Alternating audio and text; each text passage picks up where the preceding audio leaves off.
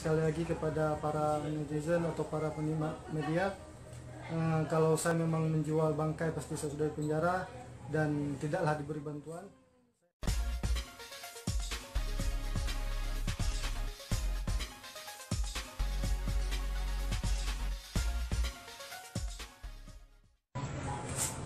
Assalamualaikum warahmatullahi wabarakatuh.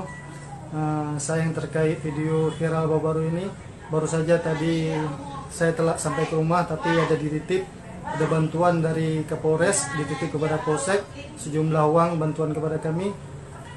Dan saya berterima kasih kepada Kapolsek dan Kapolres yang telah memberi bantuan. Dan penegasan sekali lagi kepada para netizen atau para penikmat media, kalau saya memang menjual bangkai pasti saya sudah di penjara dan tidaklah diberi bantuan.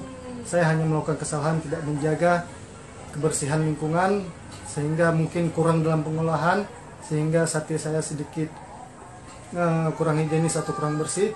Tapi sekali lagi saya terangkan, kami tidak menggunakan bangkai atau ayam tiren seperti yang di komen oleh para media, karena kami pun sudah klarifikasi, video sudah dibuat dan langsung diwawancari kepada yang menjual ayam juga di Penayung. Dan sekali lagi kami minta maaf kepada tetangga kami kalau terganggu disebabkan karena kami tidak pintar mengelola limbahnya yang mengganggu masyarakat, dan kami akan memperbaikinya.